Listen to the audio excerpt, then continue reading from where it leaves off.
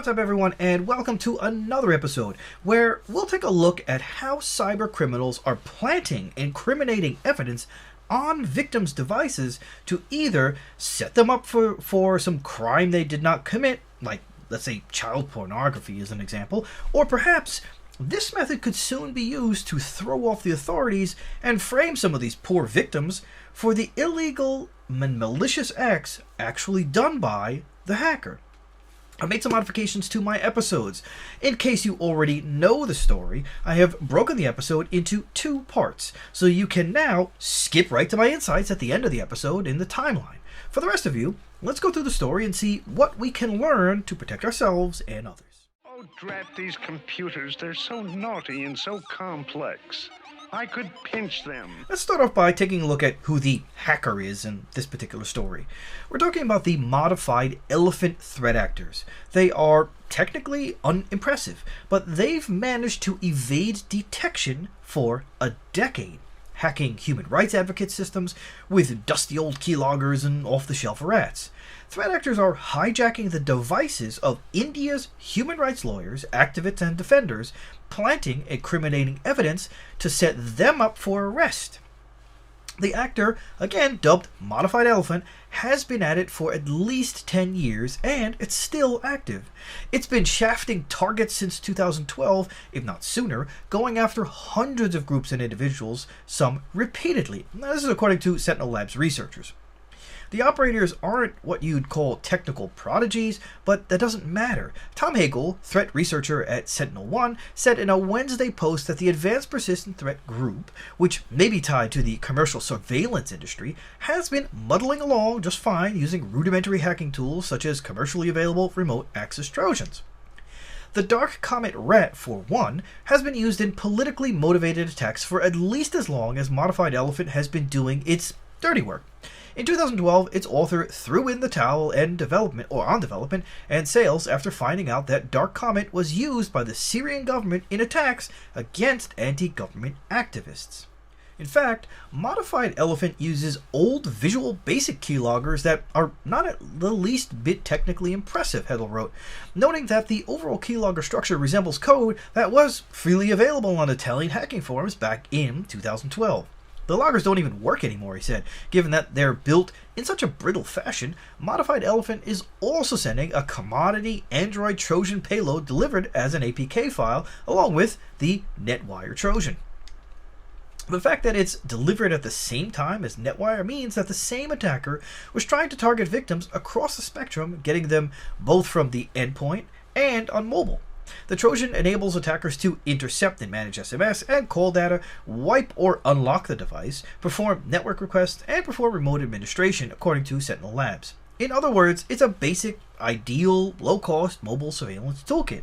Further analysis showed how ModifiedElephant was performing nearly identical evidence creation and organization across multiple unrelated victim systems within roughly 15 minutes of each other, according to SentinelLabs' detailed report.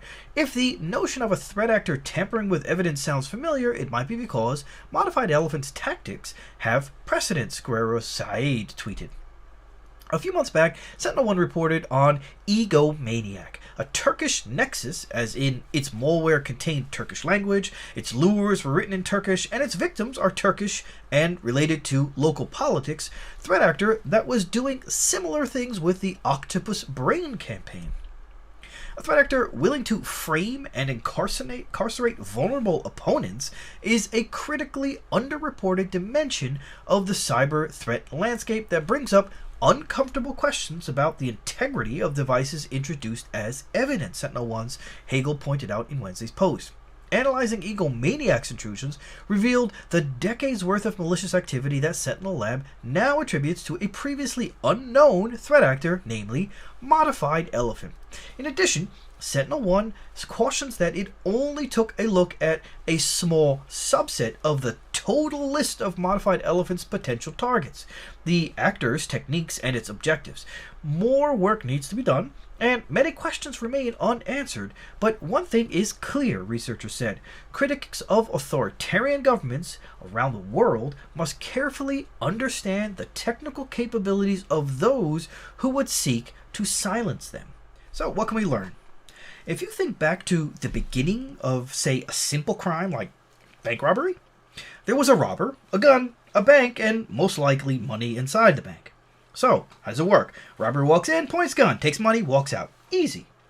Over years, tactics changed and evolved. Sometimes there was an insider who, helped the robber. Let's say the beautiful damsel behind the counter, or sometimes even the bank manager himself.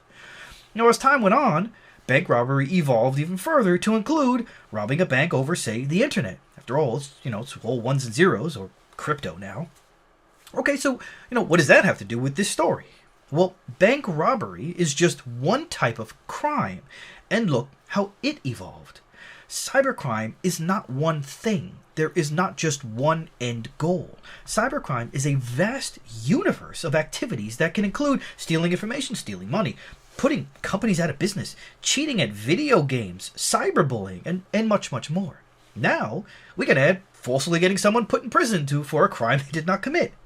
Now, each of those individual end goals have an almost unlimited number of ways to get from the point where you decide to do it, like deciding to steal cryptocurrency from some crypto exchange, to the point where you actually reach the end goal.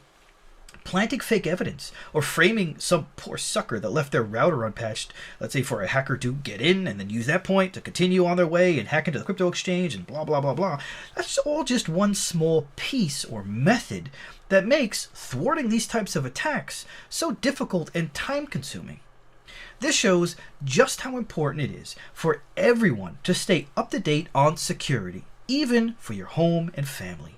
Patching your router, your home systems, your phone, and avoiding typical attack tactics like email phishing campaigns or links in SMS messages is of the utmost importance to ensure you stay safe. With that, I say thanks again for watching. Don't forget to share and subscribe if you haven't already, and smash the bell if you haven't already. And I will see you on the next episode. Take care.